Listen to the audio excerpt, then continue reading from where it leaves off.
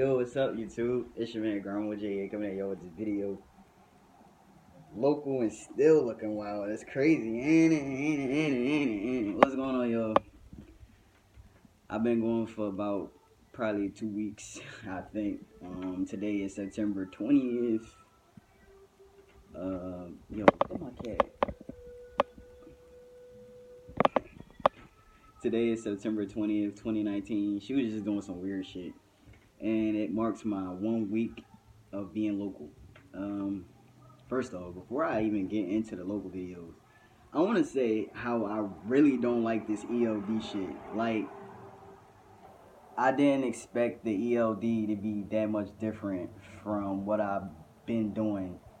And it is very different. The most annoying part about the ELD to me is the fact that you could barely even move the truck. Like, in the trucks at this company, I don't know. Prime said five minimum of 4 miles an hour could trigger the drive line, but as soon as I move the truck like 1 inch, it jumps on the drive line. Or if I hook up to a trailer, or if I like tug with the trailer or some shit like that, it'll put me on a drive line. So the whole time I'm backing into a dock or something like that, it's saying I'm driving. I mean, obviously, yeah, I'm driving, but it's taken away from time. So like that, I don't know. I just don't get where they're going at with this ELD shit.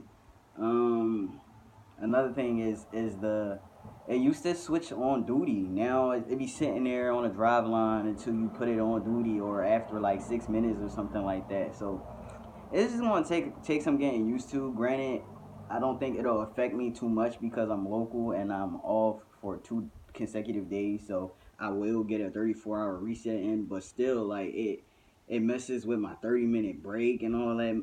Man, listen. But on to about this local stuff. Like I said, I did 2 days of training, and I've been by myself for 3 days now. When I was out with my trainer, he pretty much ran down the basics, went over the pre-trip with me, pounded in my head to cover my ass, which I always tell y'all to do, to cover yourself no matter what. Uh, we went over pre-trip, like I said, macros, communicating with the shipper, communicating with receiver at the stores, entering into stores, how to maneuver properly, taking your time, stuff like that. And my trainer actually had 30 years experience. He's been with the company for 10 years, and he's been over the road. He was over the road for 20 years. He had his own truck and everything like that. So it was kind of cool to have a conversation with him and stuff. And after that, when I came in after my 2 days of training, they sent me on about my way. They asked me whether I was ready or not. I told them, yeah. I don't feel like it's too much my trainer can really teach me, because I have to do all of these things whether he's there or not. So might as well just go ahead and jump out there. But my first day by myself, it was okay. It wasn't too bad. The whole position isn't that bad. The whole concept of it is pretty simple. I pick up a trailer at the DC. I take it to a store. I drop the trailer at the store. I pick up a trailer from the store. It could be a trailer that's empty. It could be a trailer full of returns, or it could be a trailer full of pallets. And in the beginning of your shift, you get a list of stuff that you're going to do for the day. So you already know what you're picking up before you even get there. As far as the trailer, once you get to the club store. So it's simple. The hard part is getting into the docks, knowing how to enter into these plazas, driving around inside of the city. It's really tight. So it's a big mental game, I guess I can say. The bad part, the number one thing I really don't like is slip seating. I do not like the whole slip seating situation.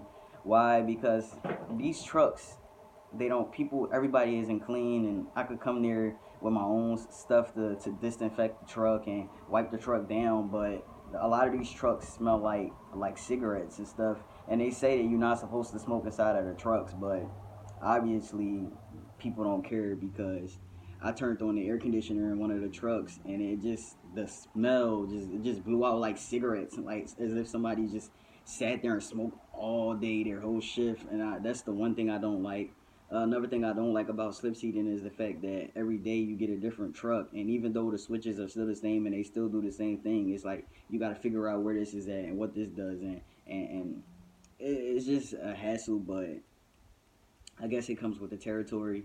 Um, as far as the company, I do feel like Prime definitely spoiled me because this company does not have prepads. They don't have navigation on their Qualcomms. They don't they do everything by authorization, almost like a PO at Prime, but except like you have to get the authorization number or you won't get paid for whatever it is you paid for, whether it be detention or whatever you need to get paid for, you won't get reimbursed or paid for it without the authorization number. I also noticed that they don't really respond to Qualcomm messages as fast as they do when you call them. So at this company, you have to definitely call them. You have to communicate with dispatch with everything. You can't just go directly to road assist or directly to payroll. Like you gotta call your dispatcher and then have your dispatcher transfer you over to them, or have speak to your dispatcher about whatever you need to speak to them about, and then they'll relay the message to them, and then have them contact you back. Granted, if it's something like personal where you got to discuss it with HR, then I think that's different. But if it's something wrong with the truck, you just call your dispatcher and tell them, hey, something wrong with this truck. Dispatcher get contact with maintenance. Maintenance get contact with you. So that's the biggest thing I really have to get used to. The thing I love is the fact that I don't have to do a live loaded call.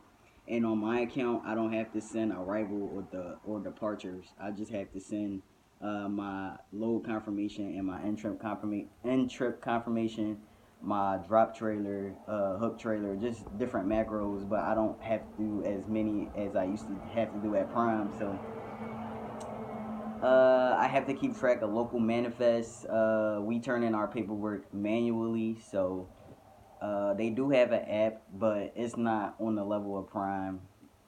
It's different. It don't have all the features. It's just basic. You don't even have the messaging feature up there. So um, other than that, as far as the local thing, it's hard. I'm not gonna lie, y'all. It's gonna take a lot of adjusting to. It's not simple.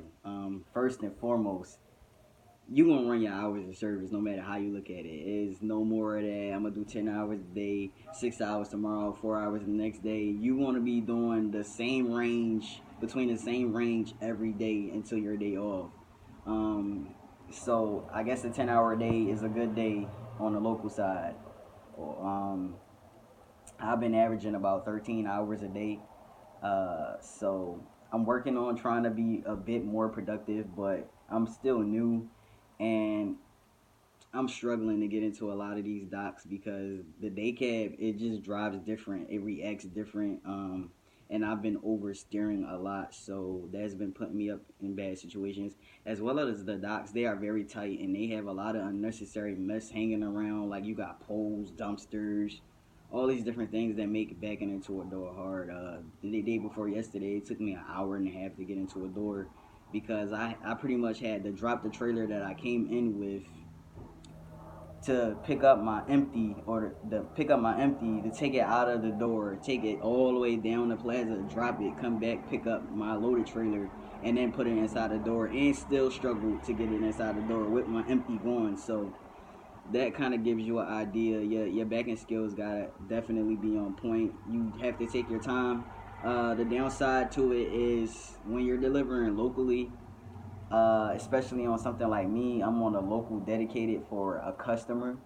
So it's no other truckers around. It's just you and the receiving crew. So the receiving crew will be standing at the dock door just watching you struggle and fuck up and get frustrated and get out and look 50 million times and doing the same thing over and over again, expecting a different result. So I was really frustrated. I was beating myself up. I was just being negative, and I was telling myself like I don't know if I'm gonna be able to do this for too long because I'm just struggling to get inside of these doors. And I was just saying that to my lady, and she was giving me advice on how like I'm still new and I can't put so much pressure on myself. So that's what I'm really gonna try to work on. I just hate that I struggle so bad how I've been struggling. Like I know how to back, but it's just a different world when you go local. It's different. You don't have as much help. You just and then you have the receiving crew looking at you crazy because they looking at you like, you're the truck driver and you're supposed to know how to get inside of the door, and you're out there for an hour and a half trying to get the trailer in the door, and it's just a mess. But the good thing is I get a rundown of what I'm doing for the day at the beginning of my shift, so I already know where I'm going. For the past 3 days, I've been running Maryland back to Jersey. I've been doing 3 trips a day, but it's not too bad. Like I said, it's not too complex. It's just getting used to driving in a local city and um, picking up and dropping trailers in shopping centers. Like it's just different than delivering at a DC. So other than that, y'all, I don't really have too much to speak on. I just wanted to show face and give y'all an update on me. As always, become Ground Certified by hitting the bell. Join the Ground family by subscribing. If you have any questions, any advice for me, or anything, just comment below, and I'll get back to y'all. See y'all later.